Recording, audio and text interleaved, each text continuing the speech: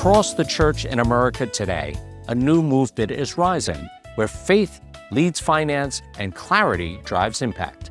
I'm Roger Argonaldo, the founder of the Catholic Faith Investor Summit and the Catholic FI Alliance, a membership community of investors focused on faith-based investing aligned with Catholic social teaching.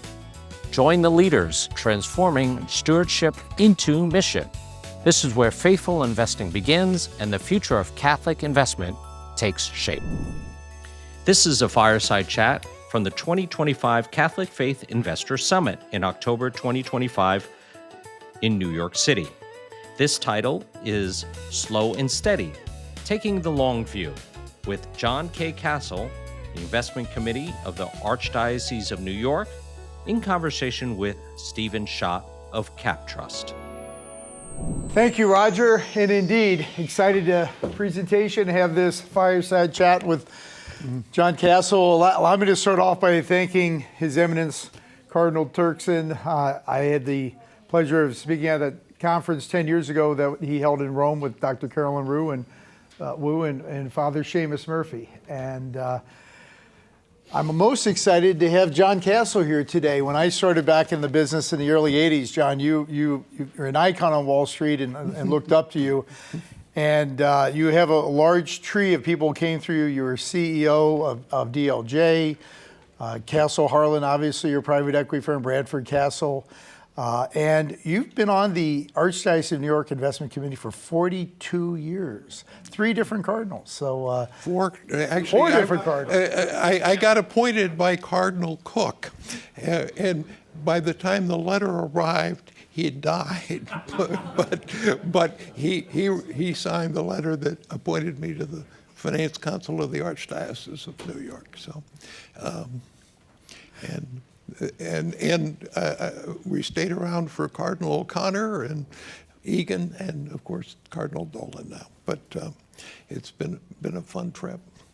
Anyway, Steve Schott's a terrific guy because, as you know, he helps the Archdiocese in its investment programs and so forth, CAPTRUST, and they're the guys who, to the degree that we do a good job, it's because Steve and his team pick really good managers, and so we deeply appreciate his participation with the Archdiocese. Thank you, John. We'll jump right into the questions. Looking over the foundation of the long view, how is the Archdiocese of New York's long-term investment horizon shapes its strategic priorities, and what core principles guide the decisions? Obviously, we sustain all of the Catholic values and Catholic principles, and we're careful to do that. And if there's any question about something being moral or immoral, we tend to side on the side of not doing anything that's of any question at all. But our principles are also a little more basic than some of the discussions that you've just heard, because we have a $1.2 billion pension plan, and our objective is to make sure everybody gets their pension in a timely way, and therefore we're very focused on getting a good return on investment, managing an adequate amount of liquidity so that all the people get paid promptly. And although I worry about, I've of course had factories in China and factories in all areas of the world, but in the case of this particular mission, my concern is to make sure that every employee or former employee of the Archdiocese of New York gets his appropriate pension on a timely basis. And that's the core element in our thinking, having ensured that we maintain appropriate Catholic values and all the things that go on. As several people have mentioned previously, in maintaining those Catholic values, and I guess this is because of Steve Schott's clever investment suggestions and recommendations and so forth, we've found that we have, using our Catholic values, that those portfolios have in fact achieved higher returns on investment than we achieved with if we'd just been in the S&P 500 or whatever. And a matter of fact, this last quarter, and this is a little bit exceptional probably, but this last quarter, our index fund that maintained Catholic values was 300 basis points ahead of the conventional S&P, so that you could make the case that this is a pretty good way to go. Steve assures me that I shouldn't count on that every quarter. That may not happen every time, but in this most recent quarter, we were 3 percentage points better than the standard portfolio.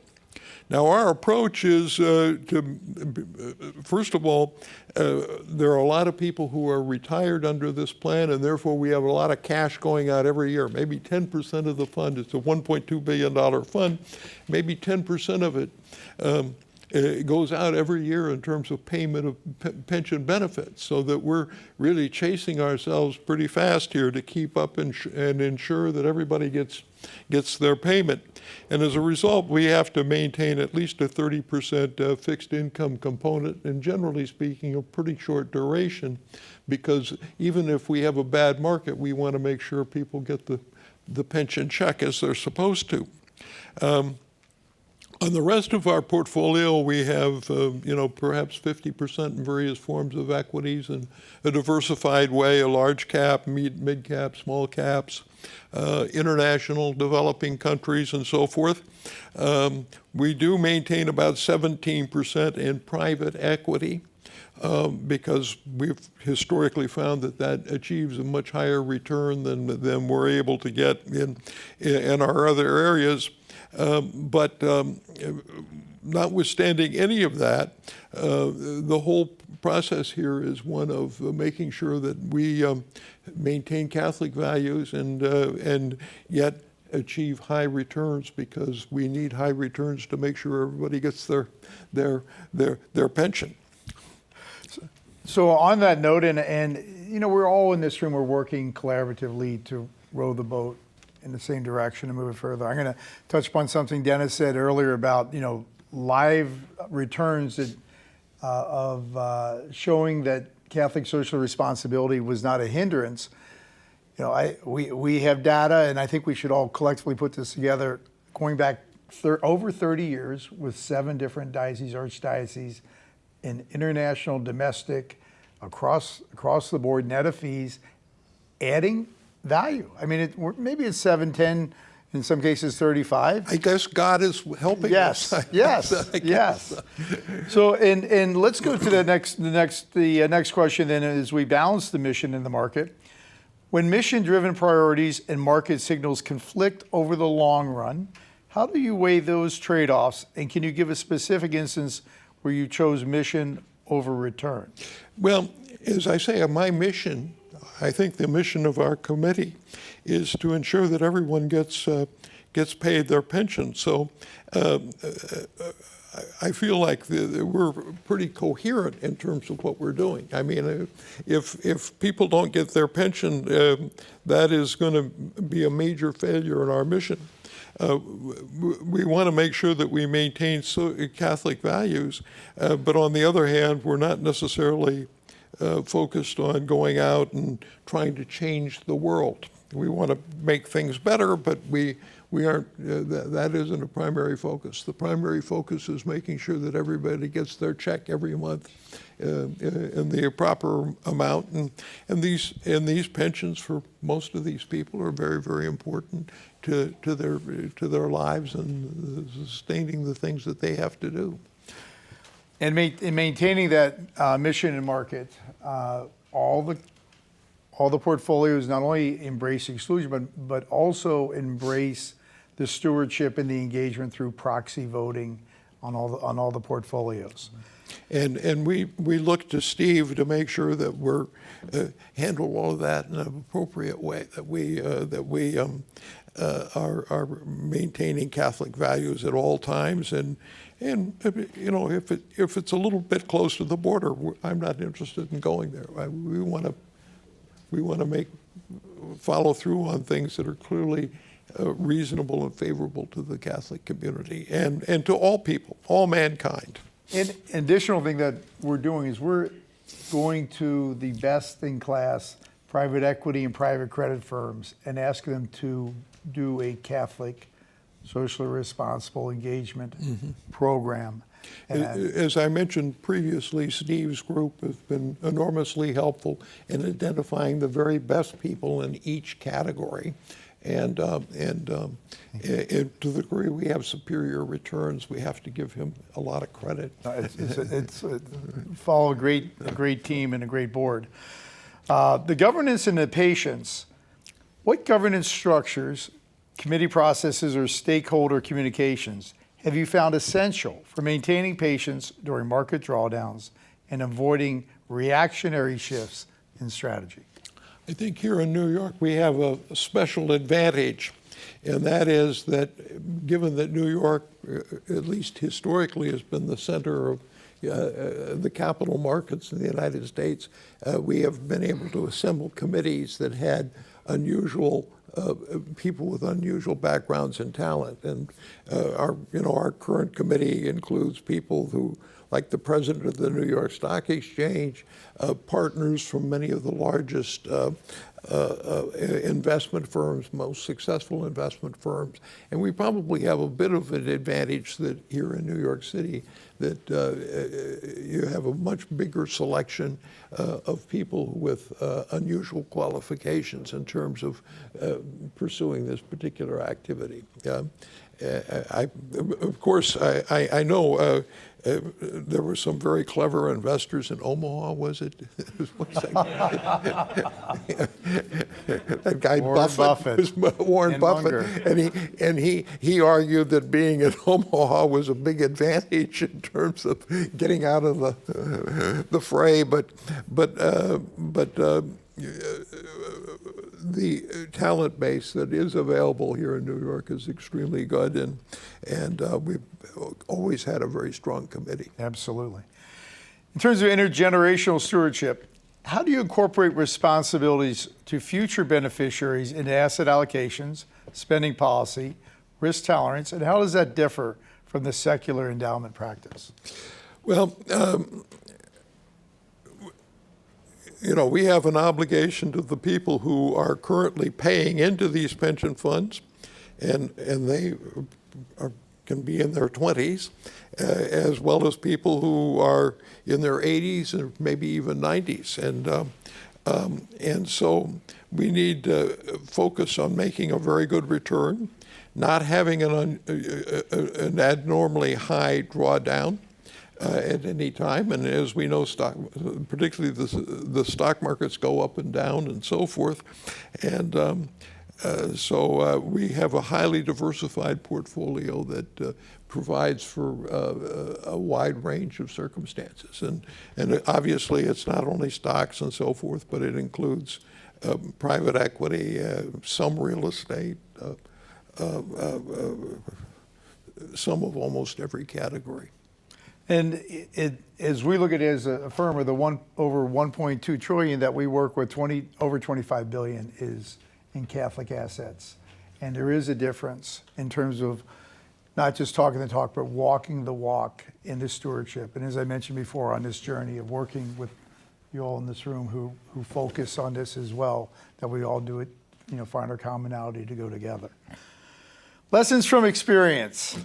Looking back at your multi-decade experience, what are the three most important lessons, surprises you would warn other faith-based investors to prepare for?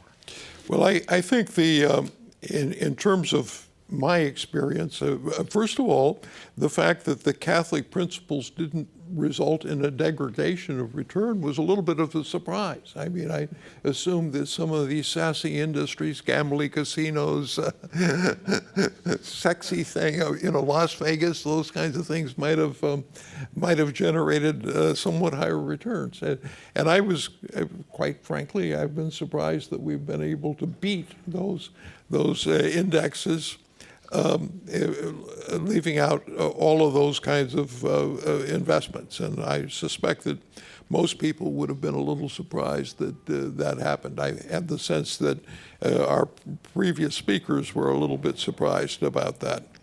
A second area that has been a little bit disappointing is that presumably got all these brilliant people running hedge funds, and they're clever and know all the tricks and so forth. Our experience hasn't been overly good with hedge funds. We have had one or two that have done amazing things, but I would have assumed that the thing that they've done is been very successful in providing a lot of money to the sponsors of those funds, but I'm not sure that the investors have done overly well. Although you're supposed to have in a highly diversified portfolio some real estate and some commodities, I don't think those have worked out for us overly well. And in the case of commodities, I know gold is $3,800 today or something like that. It's up a factor of 10 over the last 20 years or so. Silver's very high. Even coffee. I don't know whether Roger's serving coffee here because the price is way up at $3.50 a pound. But even though there are a handful of commodities that have done very well, the facts are over time, I don't think commodities have proven to be a very successful area. And the good news is that's why there's very little commodities or real estate. And this comes from a guy. At one time, I controlled a company that exported more coffee from Brazil than any other organization in the world. But I'm not big on coffee anymore. We got out of that investment. And the last thing I would mention is you just don't want to fight the market. I mean, you have to be very careful. Clearly, the best investments are frequently ones that appear to be very cheap when you talk about prices in the market. But sometimes it's cheap and it just keeps getting cheaper. And the market's very smart. I always am checking what I was recently selling a company. I keep watching the market. Now, I think I know what's going on, but I figure the market might tell me some things that I don't really understand. So I think you got to be aware of what the market's doing, even though it's sometimes wrong.